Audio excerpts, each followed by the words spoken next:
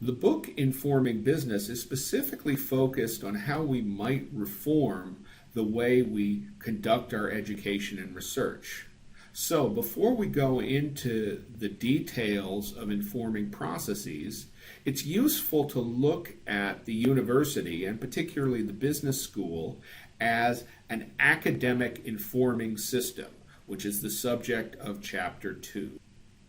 So what we'll be talking about in this session is first the notion of an informing system. And we'll start with a basic notion, then we'll talk about how informing systems differ from the basic conceptual model in the real world, and then we'll talk about some level of abstraction, which can be quite useful in describing many informing systems that have actually been designed. The next thing we'll take a look at is academic informing systems. And what we'll see is there are really two separate components. One is a research component, which is driven by disciplines such as management and marketing and finance. And then the other is an educational component, which tends to be driven by the institution, such as the university. We'll then take a look at a case study of a department that had some serious problems, the MIS department at the University of Central Florida, and then finally we'll sort of wrap up and talk about some of the questions that looking at the world of academic informing systems raises. The basic informing system was driven by a conceptual model proposed by Shannon, and it has three key components. It has a sender, who provides the information. It has a medium through which the information is passed, and it has a client. Now, the names for these vary according to the system. For example, the sender is sometimes referred to as the informer or the source. The client might be referred to as the receiver, and the medium through which passes is often referred to as the channel. This system is very simple and for the most part does not mimic most real-world informing processes, though sometimes it can be used effectively to model a computer transmission, for example. When we get to the real world, informing systems tend to look a lot different from the basic model. Even if you take a look at the basic model, you may have multiple individuals within a particular sender who interact with each other before informing a particular client. We can have multiple systems informing the same client. For example, if you are in medicine, you may have the doctor saying one thing, they may be getting other information off the web, other information from a yoga instructor, and so forth. You can have multiple senders competing for a client. This is common in advertising, and in fact in almost any business area there's typically more than one message going to a client, and clients typically have choices. You can have multiple channels. In education, we've got the classroom and distance learning. In advertising, you've got TV, print, radio, word of mouth, and so forth, all of which are moving towards a particular client. You can have multiple clients, each of whom have their own objectives. You can have multiple client layers. For example, companies routinely employ student ambassadors who are both customers but are also designed to provide word of mouth to other student clients as opposed to having the advertiser go directly. We see this type of thing in Facebook, for example. So all of these things tend to be things that make informing systems much more complicated than the traditional model. And the list I have given here is far from complete, but it just gives you an idea of the challenges sometimes associated with designing and understanding an informing system. And anyone who's ever worked in medicine, dealing with hospitals, doctors, insurance providers, patients, and so forth, recognizes that this is a very challenging system to document. One way of thinking about informing systems that is often useful is in terms of levels of abstraction. And many informing systems, particularly those that have been designed, can be relatively easily described in these ways. And there are basically three layers in the traditional system. There is the design layer. This is the layer that determines the actual structure and, in many cases, the mission of the informing science or the informing system. You then have the construction layer. This is the layer specifically involved with constructing new informing systems. And then finally you have the instance layer, which is the layer that is actually involved with informing. So if we were to think about architecture, for example, the design would be the architect, the construction would be the creation of specific blueprints for houses, and then the instance layer would be the actual individuals doing the construction. So let's talk about actual informing systems this way. So if we look at a university has a defined mission.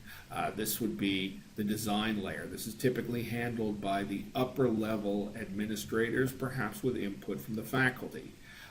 Construction occurs at the college and department level. They create the specific majors and courses that fulfill that mission and set forth the research agenda. And then finally, you have the classes, which is where the actual informing takes place in the educational terms. Now, if we look at a discipline, a specific discipline, whether it be, say, management or information systems or physics, defines what it considers research. One of the things we'll discover as we proceed in a program like the DBA is that different disciplines have very, very different ideas of what constitutes research. Then you have a department layer, similar to the department layer in the university, but when you talk about research departments, in addition to their educational mission, they also have the mission of creating new faculty. They run their PhD programs, for example. So by creating new faculty, you are creating new informing instances, which is to say new individuals who will continue the informing process of research and education. And then finally, you have the faculty themselves, and their informing activities are publication, presentation, and conferences and so forth when we're talking about the discipline. Another example is when you're talking about information systems. You've got the system architects who lay out the broad parameters for the systems. You have the developers who actually create the information systems. And then you have the information systems themselves that move and process information, and the users are involved in this process. The point of this being that almost any informing system that is actually designed can be described in terms of these three layers. Now, informing systems that evolve, which we'll talk about later chapters, are a little bit different because they don't necessarily have a specific design and construction entities associated with them. So let's take a look at a simplified version of an academic informing system. And the simplified version that we see here has a lot of complexities because in the real world, informing systems are not that simple. One thing that you see in an academic institution is that we have a lot of different clients that we inform. A university does a lot more than simply inform students. We have the research activity where we inform other researchers. We have the governance and service activities where we inform each other about the university. We have other disciplines that are informed by us. We have practitioners that are informed by us. We inform granting agency in our quest for resources. Of course, we inform students, but we also try to inform employers because they are an important client of what we have. Accrediting agencies, these are the groups that accredit us because if we lose our accreditation, we are much less successful.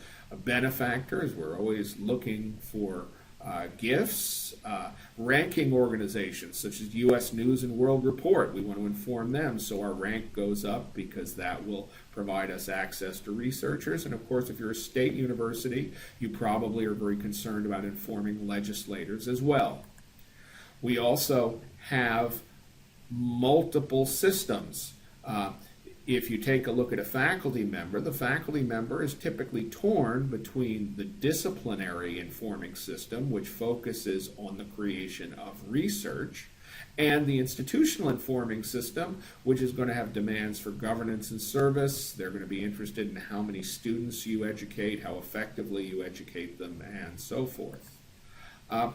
We have research flows that are divorced from the informing activities. If you take a look at the resources that an institution receives, there's some from tuition, there's some from legislators, maybe some from benefactors, which might overlap with employers, some from grants.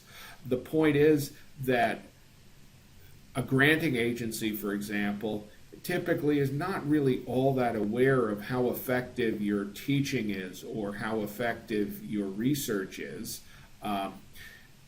Practitioners are obviously very interested in what you're doing, but they don't necessarily provide resources directly unless they're benefactors and employers. Legislators have many criteria that they use before allocating resources to a university, not all of which necessarily relate to the informing mission. A lot of times universities receive resources simply because where they're located, whose district they're in. So this is a very complex problem, and students, the most direct recipients of our informing, typically only pay a relatively small percentage of the actual cost of education. We also have very little feedback on informing effectiveness. There is a continual effort to try to ensure that our educational outcomes are positive, but it turns out that educational outcomes are very hard to measure, especially when you're dealing with skills such as judgment. And it's really hard to determine how judgment has improved as a result of particular education. So all of these things make the academic informing systems a lot more complicated. So I've talked about the competition between the disciplinary informing system and the institutional educational system. And some research that I did a few years ago with Anol Bhattacharjee involved actually looking at the overlap between what we research and what we teach. And it provides an interesting perspective in the area that I am doing my research in, which is information systems. So there are 4 key areas of information systems: databases, analysis and design, programming, and communications, or at least those are the 4 core areas of our majors. And if we take a look of the individuals that teach databases, 72% of them do not actually do research in that area. If we look at the researchers, those folks who do research in databases or relatively related areas, about half of them actually teach in that area. So what we see is we don't have a really big overlap between what we're teaching and what we research, which means that if our research does not add significant value on its own, it's really hard to determine why we should care. The same pattern exists in the other areas. If we take a look at telecommunications, 60% of those who teach telecommunications, or 59%, don't actually do research in the area. And of those who do research related to telecommunications, only about 48% of them, or about half of them, actually teach in it. For those who specifically research telecommunications and list telecommunications as their specific research area, about 3/4 of them teach in it. So that, in a sense, is good news. We move on to analysis and design. 3/4, or a little more than 3/4 of those who teach it don't do research in it. And about 2/3 of those individuals who do research in analysis and design or related areas actually do teach in it. So that's not so bad. programming, 85% of those individuals who teach programming don't actually do research in that area. About 55% or 66% of those folks who do research in the area do some teaching. So once again, the key thing we want to take away from this is the fact that there is not this tremendous overlap between what we teach and what we research. And that can be a significant problem if the value of your research does not stand on its own. To illustrate the practical implications of misalignment, I'd like to use the example of the MIS department at the University of Central Florida. And in the late 1990s, the MIS area was absolutely exploding. We had the internet boom that was gaining a tremendous amount of steam, plus we had Y2K, and everyone was concerned that the lights would go out when the clock struck midnight at the year 2000. And as a consequence, MIS faculty were in great demand, and the dean at the University of Central Florida decided that he would try to create one of the top research institutions in the country. And so around the year 2000, the department went on a hiring binge, hiring some of the top research faculty in the United States and internationally.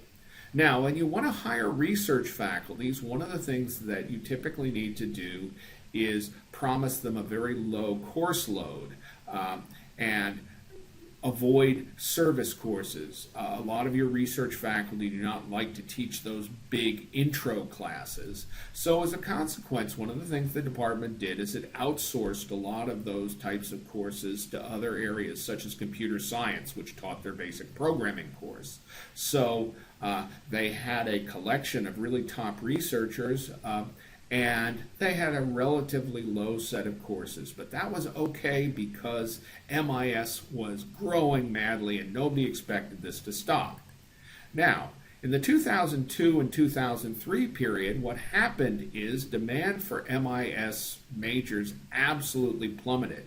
For example, here at the University of South Florida, we went from 1,100 undergraduate majors to about 175 undergraduate majors during that particular period, a drop like nothing anyone had ever seen before.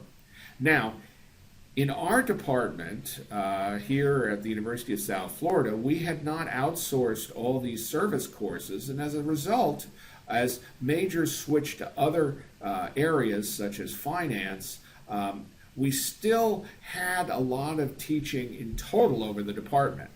On the other hand, at the University of Central Florida, they had far fewer of these service courses. And so during the period from 2003 to 2009, what happened is they started to run at a huge economic loss.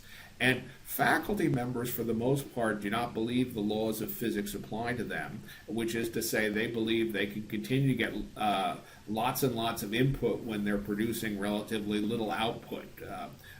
They don't believe that friction matters. Well, it turns out that it did matter a lot, and some of their key researchers departed. They still had more staff that they could justify. Resources were being cut back at the state level. So in 2010, they essentially eliminated the department, which is about the only way that you can actually get rid of tenured faculty. Is basically you eliminate their department and they do have to leave. And as a consequence, most faculty members ended up moving to a community college, which later became a state college, and those faculty that remained ended up being moved into the management department. And this is an example of the practical consequences when your informing mission does not properly overlap with the resource sources that you have. All of these examples and theoretical frameworks lead to some interesting questions that could be posed in informing research on almost any informing system. One question is, how do we judge the sustainability of an informing system?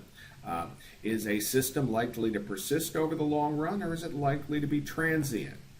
How can we measure the effectiveness of informing? In the academic world, if you're delivering a course whose main goal is to convey a series of facts, it's relatively easy to determine if the students have acquired those facts. You just test them on it, perhaps with a multiple choice test. If you're dealing with something like judgment or writing skill or something like that, it becomes much, much harder both to assess the skill effectively and assess the change brought about by your informing activities. Another question is, how close are the clients to resource sources? We already saw in some of the examples that when resources and informing are mismatched, it can lead to systems that fall apart. Well, how important is that? A lot of questions could be raised about that. Does informing serve multiple clients? How does a system that informs multiple clients differ from one where you're dealing with a set of clients who all have relatively similar objectives? Universities have multiple clients, as we talked about, but the same can be said of things like hospitals. Does informing needs of client compete? For example, if you look at faculty members, they often view a competition between time spent on courses and time spent on research. Those are competing informing needs, and when you've got that type of competition, then all of a sudden resources may be very important in determining where you spend your attention.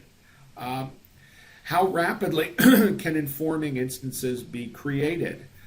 In the world of academia, it typically takes about 5 years to create a doctoral student or turn a doctoral student into a faculty member.